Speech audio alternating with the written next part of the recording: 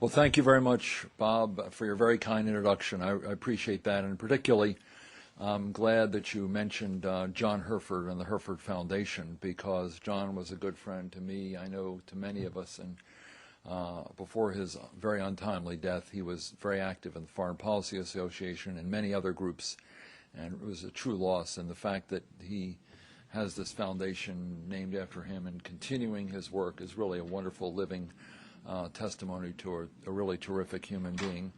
And I want to thank Noel and the Foreign Policy Association for inviting me to this wonderful event. It's really a pleasure to be here. You have so many interesting events and so many good things. It's from my point of view, a pleasure to be a part of this and to have a chance to talk to all of you about a topic that, as Bob said, is important and timely and I think too little discussed. And one of the reasons I wrote the book was essentially because I thought we had not looked.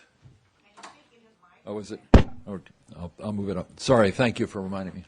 I'll lean into it a little bit. Is it better now? Okay, thank you. One of the reasons I wrote this book was to try to go back into American history and see how we'd paid for past wars. Given the fact that I thought this war was perhaps not financed as well as it could be or should be, I thought it might be useful to go back and see how we've done it in the past and see what we could learn from the past that might help us to do a better job with this war or in wars to come. And the title of the book, as Bob suggests, is by no means mine. It comes from Alexander Hamilton, as most good things about American financial history do.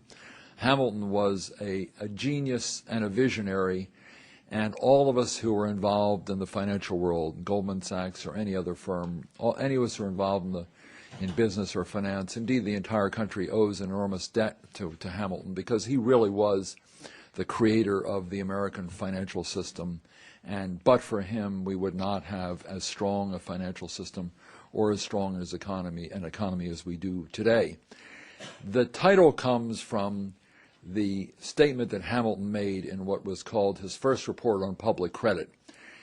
And the reason he wrote this report was that during the Revolution, the government, had accumulated a huge amount of debt. Now, the government at that point was the Continental Congress, and it had borrowed a great deal of money to fund the revolution. And the states also had borrowed a lot of money because a lot of the revolution was fought with state militias or state paramilitary people, normal farmers, civilians who were supporting the revolution. And a substantial portion also was borrowed from Europeans, from the French and the Dutch. And Hamilton, at the end of the war, concluded that this new country, this loosely put together confederation of 13 states that in many cases didn't see